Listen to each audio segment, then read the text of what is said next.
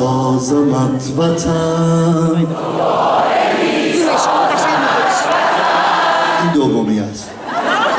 میدونم محکمتر میتونیم بخونیم، شما انتظار داریم من بخونم امشب؟ یا چند تا آهنگ همکاریتون رو دعوت میکنم، میذارم همه آهنگ خودتون بخونیم.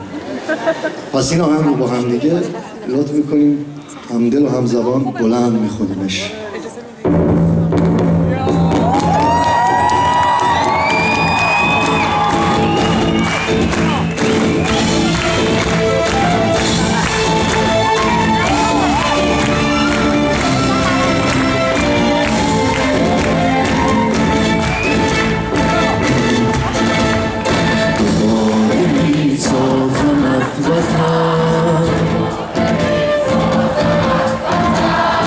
اگرچه با خشت جان خویش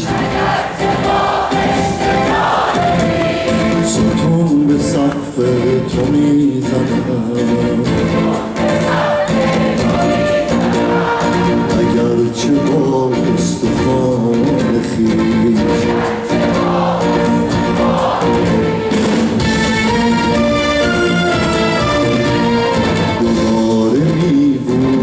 از تو گل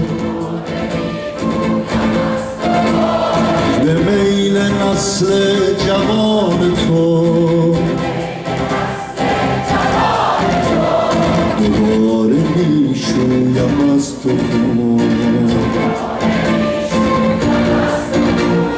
به سیل اشک روان خویش.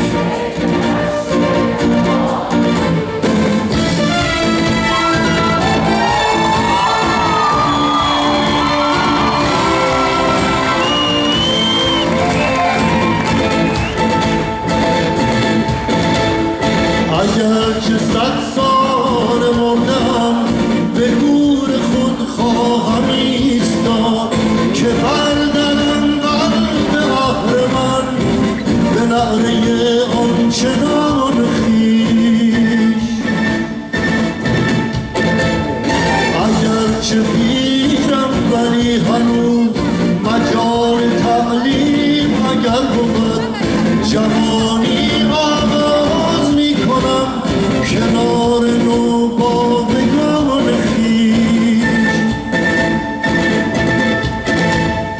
دوباره میسازمت وطن،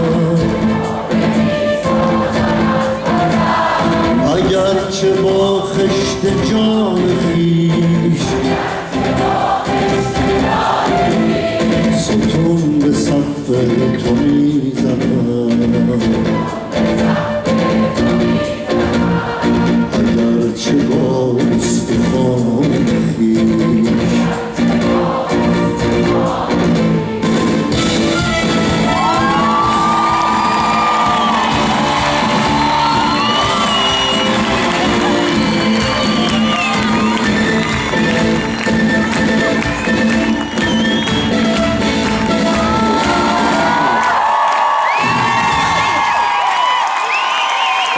تشکر از این همدلی و همزبانی حس قریبی است که کار خواهد کرد.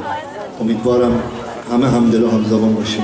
با اجازهتون یک 20 دقیقه گوشتون استراحت کنه، ما هم یه تجدید قوایی کنیم، بیاییم با نیروی بیشتری در خدمت